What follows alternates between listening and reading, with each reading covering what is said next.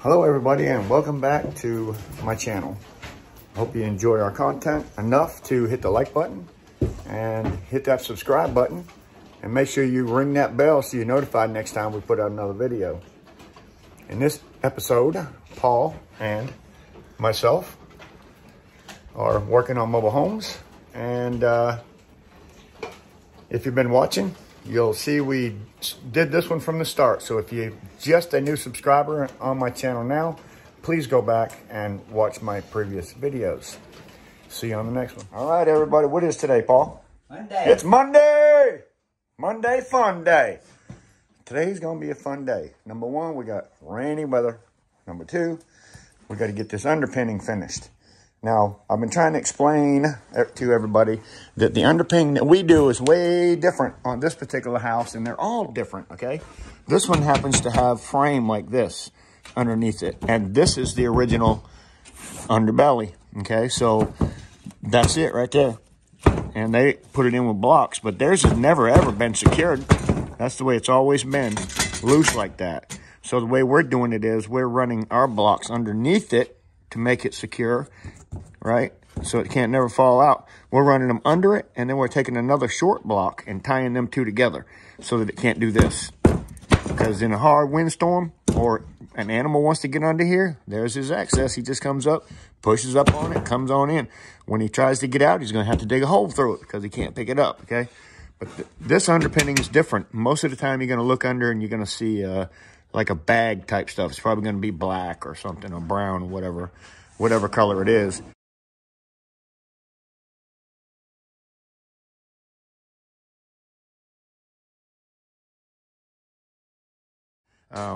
But fortunately for us on this one, we have these square beams or L bracket beams that we can just lay our insulation in there. So we have no problem underpinning this particular house. If you have one of them ones with the underbellies, it's going to be a lot different, and it's going to be a lot harder, to be honest with you. But this particular one is one of the easier ones I've ever had to replace the underbelly in because of that frame that it sits in all the way around. See, they got that frame all the way around. So your underbelly goes right up inside here. And if you looked at my earlier video, you will see that we used that Poly Pro or something board, and it's flexible because you can't put it in from the top because you have pipes that run down through here. So a 4-foot piece is not going to be able to fit down through here, and you can't quite fold this stuff in half. So we just kind of got lucky on the type of underpinning that this house had.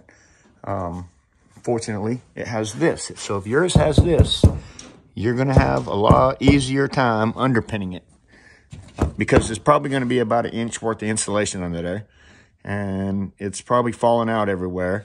You're going to need 2x2s. All right, everybody, been asking what I'm using under this stuff. Poly Pro EPS insulation board. And the reason why I'm using this is because it's very flexible without breaking. All right, very flexible. You need something flexible when you're working under that floor, or you won't get it up under your beams. If you use something like this, you're not going to get it in. It's going to break.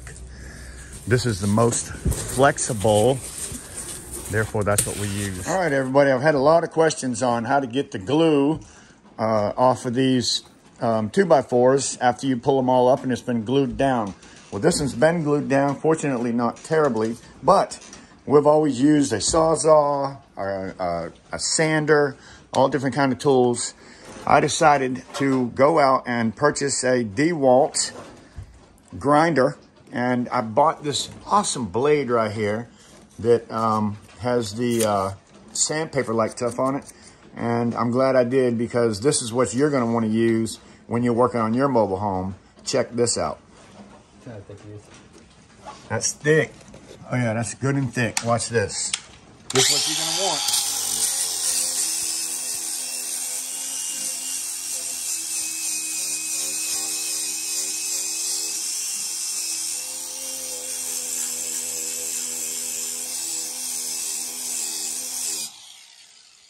And just like that, it's gone. It's gone. So if you gonna want to try to get this stuff up off your floors, go ahead and get yourself a grinder with that blade right there. It's not actually a blade, it's a sanding disc. But man, that thing is amazing, amazing. If you're gonna get this glue off these mobile home floors, get that. I would never do it again without it after everything I've tried. For all the years I've been doing this, I've been using Sawzall. That's Sawzall. See, that's what we did the other day with a Sawzall, that rough blade, trying to get it off there. Watch what this thing does. And we still didn't get it all off. Whoa. Oh, my word. Look at that. Man. Now, if you're working on mobile homes, that's a tool right there you cannot do without. Let me tell you, that's amazing. That was awesome, Paul. DeWalt. And I can also use this on my other channel, Scrapping with Grandpa, with a different type of blade on it for cutting my copper or my anything. But this is going to come in handy with my other channel, Scrapping with Grandpa. Go check us out. Big problems about having a deck at the same height as your door. And the reason why this floor rotted out so bad, look what happens. Last thing you want is that splashing on your doorway. Doesn't matter. The door's closed. It's closed. Knife? Yeah. Okay, coming up.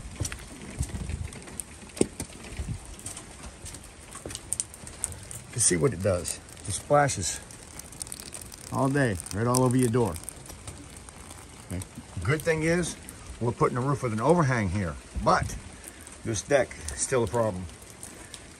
We'll also put a gutter over the doorway to keep the water from being able to do that. So there won't be water coming off the roof anymore, but don't ever build your deck at the same level as you do your doorway, because you'll have that splashing going on. It's always going to cause you a problem. Trust me. Experience. Trust me. Look at this. I mean, that's the last thing you want. And this is, of course, because of what they did, but everything here was done. Can I say half-assed? I mean, nobody penalized me for saying half-assed. I'm not cussing, I'm just stating the fact. So, we're trying to make it the whole ass, if we can. How's that work out for you, Paul? Boy, that looks so much better. So much better. Getting her insulated. Looking good, too. R19. R13 where it's only 3.5. Vapor barrier towards the inside. I think it says, probably says that on there somewhere. I'm not sure where, but that's the way you do it on the walls, just like they did here. Say fiberglass, you run it to the inside, which they're going to change all that. Look how crappy that is. That's just from being in that wall over the years. It feels oily. Disgusting. This is what it should look like. This is what it's going to look like. Except for they only had about 1.5 inches insulation down there and down there. Yeah, so, yeah, and then by the time they change all these walls and put new insulation, this thing ought to be pretty daggum good. There's going to be a rubber roof on this thing soon. Hope you stick around to see it. And the floor, we tried to keep the gap.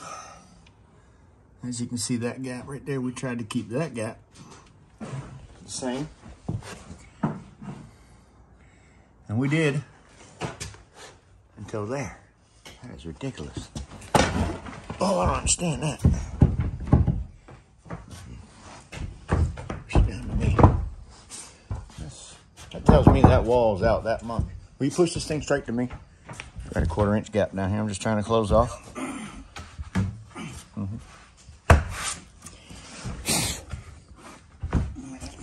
Oops. Oh, every time you push it, it moves down here. I need to get a screw in it before it keeps moving. You know what I mean? I'm good at where I'm at. I know. We need to be good where I'm at on this end first. Found out where it was coming from. You can see here where you're about touching the wall. Look at that. As you go down. Wider. Wider. Wider. Now it's starting to get thinner. And thinner. And thinner. Now our wall didn't start to here. Our wall, we just went to their existing wall with our other 12-foot wall.